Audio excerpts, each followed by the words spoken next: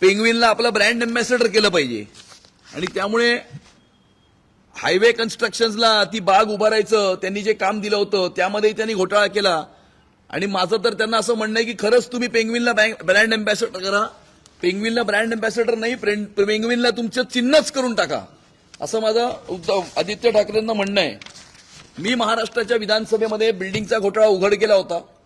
50,000 कोटीपेक्षा जास्त building proposal आणि बिल्डिंग डिपार्टमेंटचा हा घोटाळा आहे. 3,673 फायली या फक्त के वेस्ट आणि एच वेस्ट मध्ये उद्धव ठाकरेंचं शासन या मुंबईच्या महानगरपालिकेमध्ये असताना गहाळ झालेले आहेत आणि या प्रत्येक फाईलमध्ये किमान 10 कोटी रुपयाचा घोटाळा आहे आणि असं करून 50,000 कोटीपेक्षा जास्त याच्यामध्ये अग्निशमन दलाचाही घोटाळा आहे. त्यामुळे फक्त बिल्डिंगचा घोटाळा हा 50,000 कोटीपेक्षा जास्तचा हा बिल्डिंग प्रपोजल आणि बिल्डिंग डिपार्टमेंटचा घोटाळा आहे. उद्धव ठाकरेंनी उंदिरे नाही सोडले, उंदिरांमध्येही त्यांनी घोटाळा केला. मेट्रोला त्यांनी स्थगिती दिली. मेट्रोला स्थगिती दिल्याच्या नंतर 10,000 कोटीपेक्षा जास्त या ठिकाणी हा खर्च वाढला, एस्कलेशन झालं आणि त्यामुळे हा 10,000 कोटीचा फटका जो आहे तो मुंबईकरांना या ठिकाणी भोगावा लागणार आहे. त्यानंतर उद्धव ठाकरे मुख्यमंत्री असताना त्यांनी 100 कोटीचाही घोटाळा केला. या ठिकाणी त्यांचेच गृहमंत्री जे होते त्यांच्यावरती आरोप करण्यात आले होते की या ठिकाणी प्रत्येक एवढे 1700 बार आणि रेस्टॉरंट आहेत, त्या 1700 बार आणि रेस्टॉरंटमधनं प्रत्येक बार रेस्टॉरंटमधनं महिन्याला एवढे कोटी रुपये जमा करा आणि 100 कोटी रुपये आम्हाला आणून द्या. अशा 100 कोटीच्या वसुलीचा घोटाळाही उद्धव ठाकरे महाराष्ट्राचे मुख्यमंत्री असताना त्यावेळेला त्यांनी हा केला होता. आणि त्यानंतर सगळीकडे फलक झळकत आहेत की हा कोस्टल रोड आम्ही केला आणि त्यामुळे कोस्टल रोडची सगळी टाइमलाईन ही या ठिकाणी आम्ही दिलेली आहे. कोस्टल रोड मुळामध्ये अडकला होता कारण कोस्टल रोडला केंद्राच्या परवानग्या 2014 पर्यंत पृथ्वीराज चव्हाण साहेब आणू शकले नव्हते. देवेंद्र फडणवीस साहेब महाराष्ट्राचे मुख्यमंत्री झाले, केंद्राकडे गेले, सर्व एनओसी सर्व एन्व्हायरमेंटल परमिशन्स या मिळवल्या.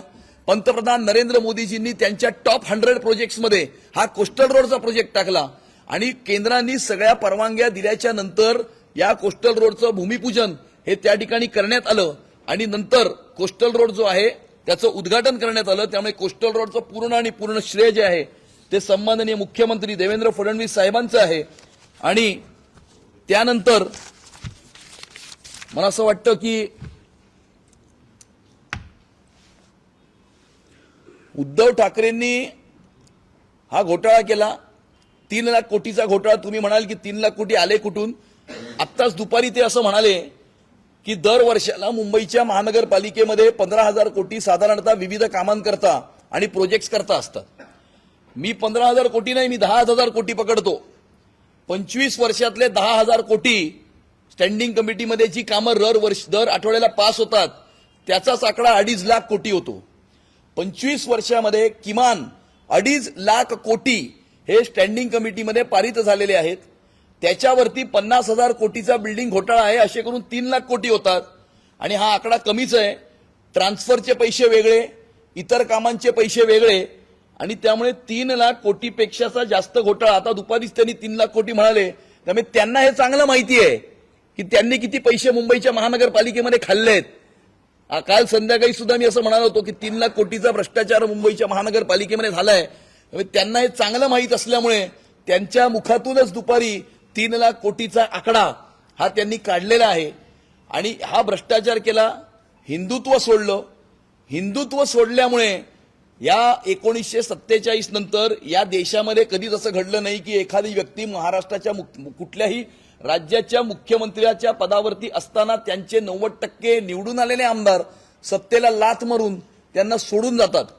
आणि हिंदुत्वाला तिलांजली देण्यामुळे 90% जास्त आमदारांनी त्यांना त्यांच्या पक्षातून बाहेर काढलं.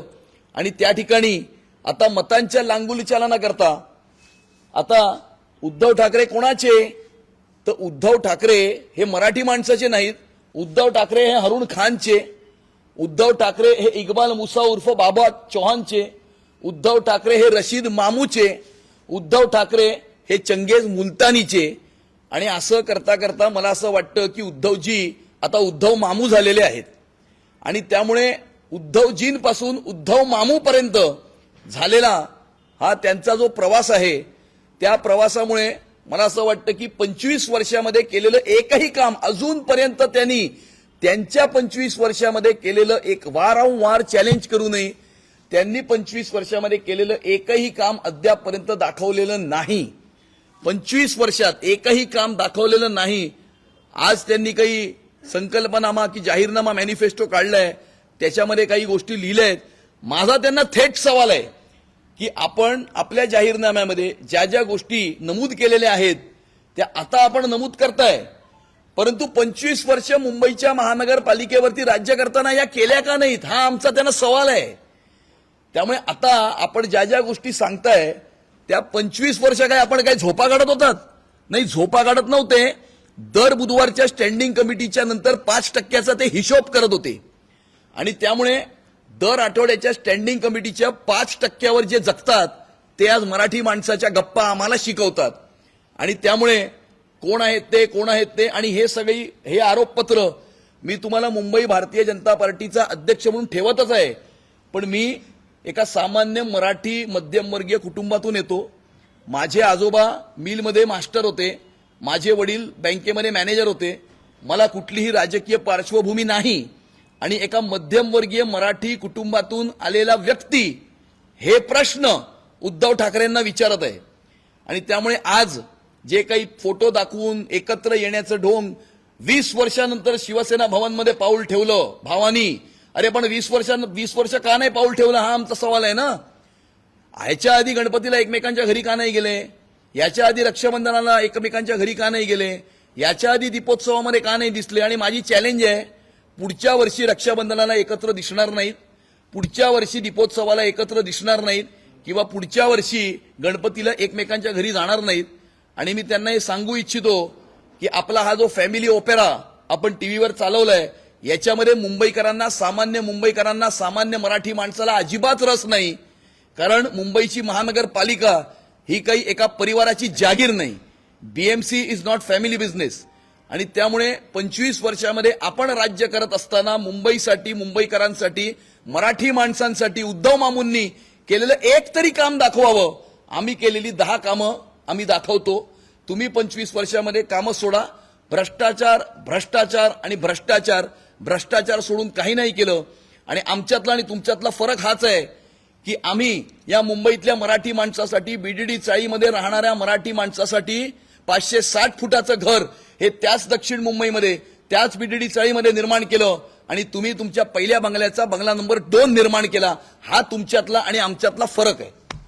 आणि त्यामुळे हे आरोपपत्र 3 लाख कोटीचा भ्रष्टाचार हा आम्ही तुमच्यासमोर ठेवत आहोत.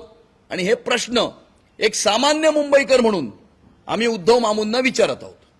धन्यवाद.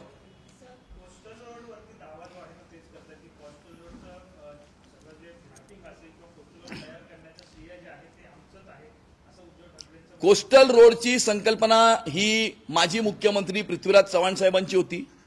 परंतु दुर्दैवाने पृथ्वीराज चव्हाण साहेब आपल्याच सरकारकडून एकही परवानगी कोस्टल रोडची घेऊन येऊ शकले नाहीत. 2014 साली सन्माननीय मुख्यमंत्री देवेंद्र फडणवीस साहेब झाल्याच्या नंतर त्यांनी केंद्राकडे पाठपुरावा केला, मोदीजींकडे विनंती केली. मोदीजींनी त्यांच्या टॉप प्रोजेक्ट्समध्ये कोस्टल रोडचा प्रोजेक्ट टाकला आणि त्वरित सर्व पेंडिंग क्लिअरन्सेस, एन्व्हायरमेंटल क्लिअरन्सेस, एनओसीज या देण्यात आल्या. राज्य शासनाकडे सर्व एनओसीज प्राप्त झाल्याच्या नंतर सन्माननीय मुख्यमंत्री देवेंद्र फडणवीस साहेबांनी त्या ठिकाणी हे टेंडर काढण्याचे आदेश दिले. त्यानंतर कोस्टल रोडचं काम सुरू झालं. देवेंद्र फडणवीस मुख्यमंत्री असताना त्या कोस्टल रोडचं भूमिपूजन झालं.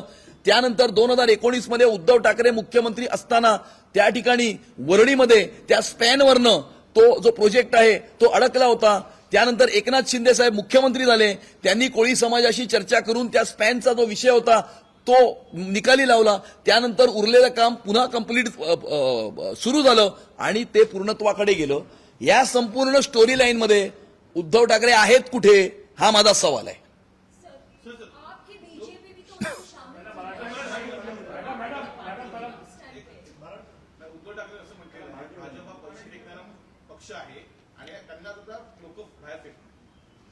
बघा, लोक कोणाला बाहेर फेकतील हे लोक ठरवतील ना.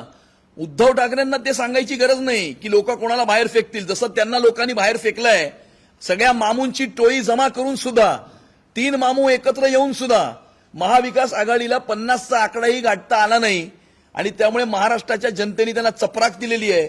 महाराष्ट्राच्या जनतेने स्थानिक स्वराज्य संस्थांच्या निवडणुकीमध्ये सुद्धा त्यांना घरी पाठवलंय. सिंगल डिजिटचे त्यांचे आकडे आहेत आणि मुंबईच्या महानगरपालिकेच्या निवडणुकीमध्ये त्यांना कायमचं घरी पाठवण्याचं काम हे मुंबईकर करणार आहेत. आणि त्यामुळे जनतेला काय करायचंय ते जनतेला ठरवू द्या. उद्धव ठाकरेंना नको ठरवू दे की जनतेला काय करायचंय ते.